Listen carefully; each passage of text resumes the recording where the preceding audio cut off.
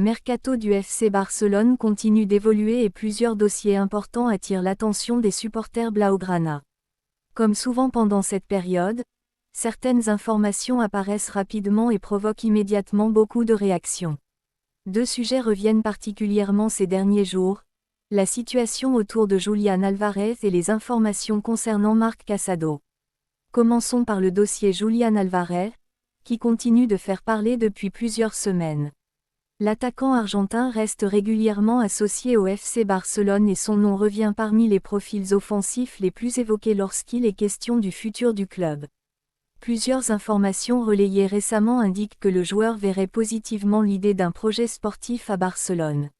Cependant, dans ce type de dossier, plusieurs étapes restent importantes avant d'imaginer une conclusion. Dans le football moderne, l'intérêt d'un joueur pour un club représente seulement une partie du processus.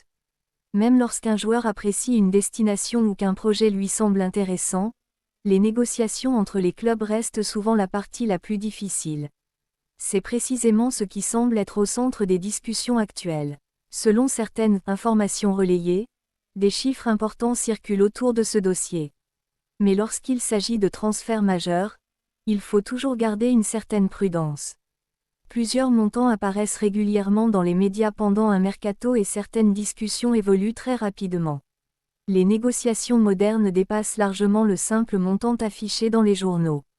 Aujourd'hui, plusieurs éléments entrent en jeu: les bonus liés aux performances individuelles, les objectifs collectifs, les paiements échelonnés sur plusieurs saisons, certaines clauses particulières et plusieurs détails administratifs.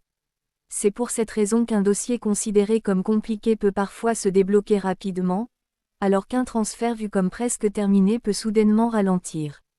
Une autre question revient également chez beaucoup de supporters: pourquoi Barcelone suit-il autant Julián Álvarez?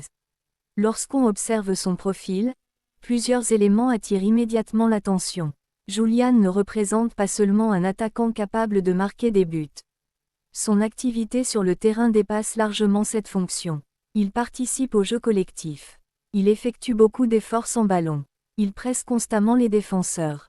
Il cherche régulièrement à créer des espaces pour ses partenaires. Il possède également une certaine polyvalence qui lui permet d'occuper plusieurs rôles offensifs selon les besoins tactiques. Dans le football actuel, cette capacité à remplir différentes missions devient extrêmement importante.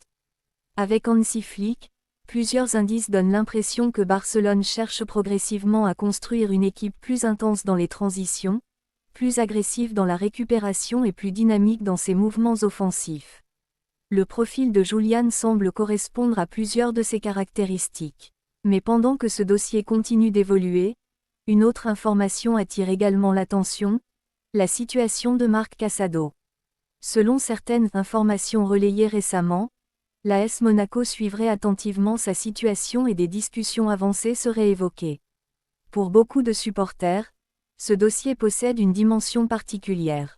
Marc Casado représente un joueur issu de l'environnement du club, un profil qui symbolise souvent l'identité de Barcelone à travers sa formation et sa progression.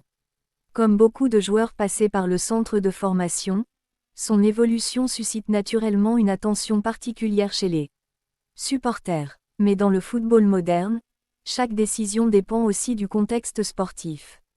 La concurrence dans certains secteurs de l'effectif peut parfois compliquer les perspectives de temps de jeu. Les entraîneurs doivent faire des choix. Les clubs doivent prendre certaines décisions stratégiques. Et parfois, un départ ne signifie pas nécessairement une fin définitive. Certains joueurs quittent un club pour trouver davantage d'opportunités avant éventuellement de revenir plus tard avec une expérience différente.